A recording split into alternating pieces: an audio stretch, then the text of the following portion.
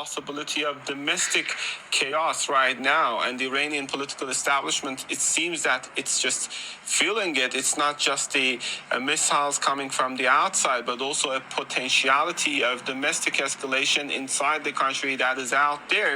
And speaking of the checkpoints, we know that over the past few days, we have been receiving reports about drones targeting these gatherings of besieged militia and, of course, the security checkpoints. And, of course, today we also witnessed something interesting in that regard. Following a sort of a state call, of course, not really official one, but there was a sort of a state call for people to gather at the downtown in main squares of different cities, including in the capital. We saw, I would say, a crowd of people attending the streets to express their solidarity and support to the political establishment. But still, we have to keep in mind a certain segment of Iranian society is not satisfied with the political establishment, and specifically when it comes to the economic situation in the country. Back in December, we saw a massive protest taking place, initially driven by economic demands. Later, there were some social and political demands added to that. And so there is this sort of delicate situation that Iran deals in terms of its domestic security, and they're trying to cope with that situation. We know that Basij militia is a sort of voluntary one. I mean, people can join whether they, when they like, and we saw a number of people joining these militia under this situation.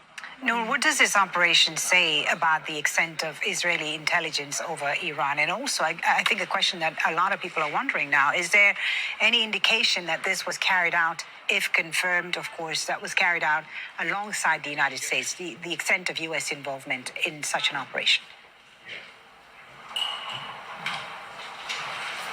Well, at this point, it doesn't seem like the U.S. administration had any active role in that. At least we haven't seen any indication of that. Israel is taking all the credit, and the officials were racing to announce the assassinations one before the other. The Minister of Finance, in this case, preceded the Prime Minister. Now, this is important folly for Israel's brand as a country with a commanding military, as a regional military and intelligence superpower. We do not know who contributed to that intelligence, but this is something that is very difficult to investigate. But certainly Israel, especially in the past 3 years, has been able to market itself as almost invincible, as being able to penetrate any enemy's electronic sphere, as being able to target all its adversary whenever, wherever they may be. We saw that in Gaza, we saw that in Lebanon, and we saw this repeatedly also in Iran. And because of that, Israeli companies, spy companies and the military industrial complex has made tens of billions of dollars over the past 3 years fully. So this is very important. What the backstory behind it's difficult to ascertain, to be honest. Okay, Noor, thank you very much. Noor Odeh in Ramallah there, Tawhid Asadi in Tehran. Thank you very much both.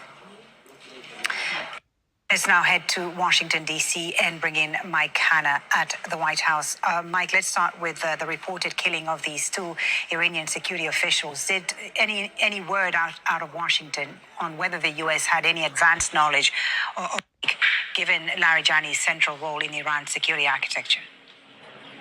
There's been no comment from the administration on this reported killing, although it would be of concern perhaps to the administration that the man who was at the utter center of negotiations throughout his career, direct and indirect with the United States, has now been removed if these reports are indeed true. President Trump said shortly after the conflict began that there were very few people left to negotiate with because, he said, so many had been killed. But certainly Larijani would have been one of those with whom this administration would need to negotiate if it is going to end this conflict in some kind of negotiated way. So, point of concern, perhaps, to the U.S. administration. And meanwhile, Mike, we've had the first senior Trump administration official resign over the war in Iran. Tell us more about this. Yes, well, Joe Kent is no ordinary bureaucrat at all. He's a special forces operative who's spent decades in various forms of the U.S. Army, much decorated veteran. He's been in theaters of war in many places on some 11 deployments throughout his career. So this is somebody who knows about the dangers of war, who knows about being in foreign territory of your country. And importantly, he's a fervent supporter of President Trump. He's also a fervent supporter of President Trump's MAGA movement. So a resignation from a person of this stature is truly damaging to the administration. Here he's saying that he believes the Israelis created an echo chamber together with the Israeli lobby that persuaded President Trump to, with false information provided to him. Now, this once again is from the director of national counterterrorism. He is the person who would know these mutterings, these echo chambers, because that is what his job is. So it is something very damaging to President Trump, because also what it does is echoes those voices of dissent within the MAGA movement who are deeply opposed to President Trump starting a war, something that he... Yeah, quite a significant resignation. But at the same time, Mike, the Pentagon says it's sending more warships and troops to the Middle East. That's, of course, the amphibious assault ship USS Tripoli is now heading to the region along with mentioned in Japan. The deployment is meant to reinforce U.S. troops already in the Middle East. The buildup follows a request from the U.S. Central Command, which carry operations in the region.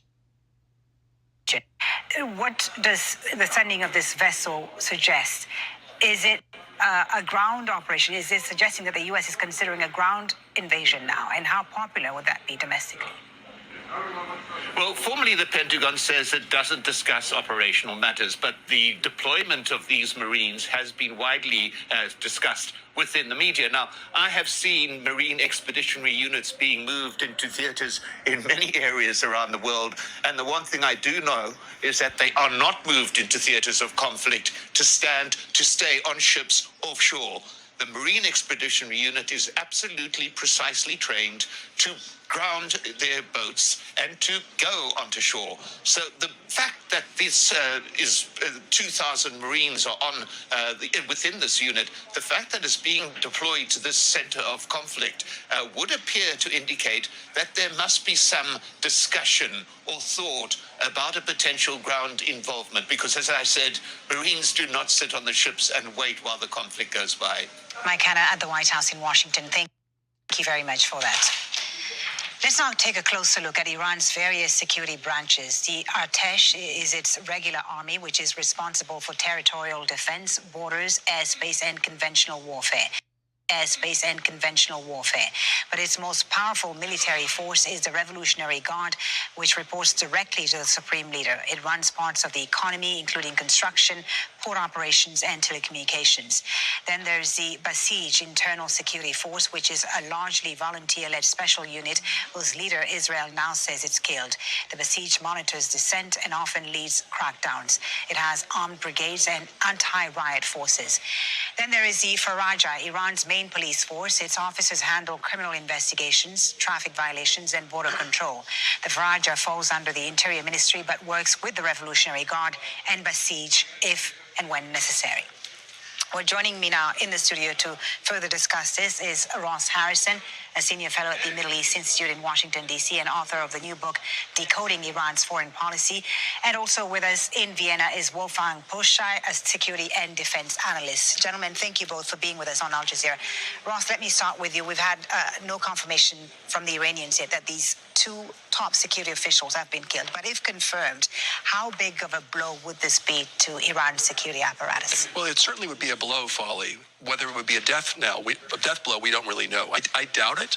I think this regime was built for resilience. It's more institutionally complex than most people fully understand, and so it tends to reject. And so this will test the theory of the case as to whether, in fact, this regime does have the kind of resilience. Wolfgang,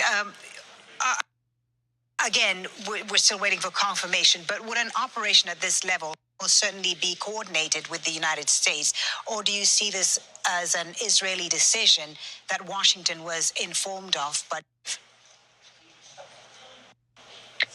actually these kinds of targets are tracked and they are cleared for being eliminated.